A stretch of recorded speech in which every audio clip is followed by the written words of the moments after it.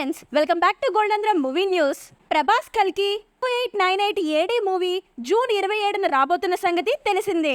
ఎన్నికల కారణంగా మే 9న రావాల్సిన ఈ చిత్రాన్ని వాయిదా వేశారు. ఇంకో 2 నెలల తర్వాత థియేటర్లోకి వచ్చే ఈ మూవీ ఆల్రెడీ యూట్యూబ్ లో వచ్చేసిందట. యూట్యూబ్లలో కల్కి హిందీ డబ్బింగ్ వర్షను 6 నెలల కిందటే వచ్చిందని, ఆల్రెడీ ఇప్పటి వరకు 16 మిలియన్ల మంది వీక్షించారని కనిపిస్తోంది. ఇలా యూట్యూబ్ థంబ్నెయిల్ బ్యాచ్ ఎంత దారుణంగా ఉందో చెప్పేందుకు ఈ ఉదాహరణ పనికి వస్తుందంట. యూట్యూబ్లలో వీడియోలు ఎంత దారుణంగా ఉంటున్నాయో అందరికీ తెలిసిందే.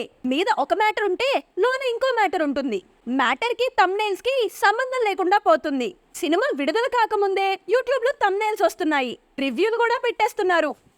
ఇక ఇప్పుడు ఈ కల్కి 2898 ఏడీ మీద కూడా తమ పైత్యాన్ని చూపించేశారు. అయితే అన్ని కోట్ల వ్యూస్ ఎలా వచ్చాయని అంతా ఆశ్చర్యపోతున్నారు. కల్కి నుంచి అమితాబ్ క్యారెక్టర్ ఇంట్రోని వదిలిన తరువాత మరింతగా అంచనాలు పెరిగాయి. అమితాబ్ ను అశ్వత్థామగా నాగ్ అశ్విన్ చూపించిన తీరు, యంగ్ ఏజ్ అమితాబ్ ను చూపించేందుకు వాడిన టెక్నాలజీ గురించి అంతా చర్చించుకుంటున్నారు.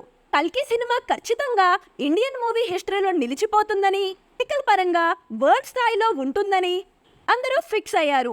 కల్కిలో కమల్ హాసన్ విలన్ గా నటించాడన్న సంగతి తెలిసిందే. దీపికా పదుకోనే, దిశా పటానీలు హీరోయిన్లుగా కనిపించనున్నారు. మరి కల్కి మూవీపై మీ అభిప్రాయం ఏంటో కమెంట్ చేయండి. ఇలాంటి మరిన్ని ఇంట్రెస్టింగ్ అప్డేట్స్ కోసం పక్కనే ఉన్న బెల్ ఐకాన్ని క్లిక్ చేయండి. గోల్డెన్ మూవీ న్యూస్ ని సబ్స్క్రైబ్ చేయండి.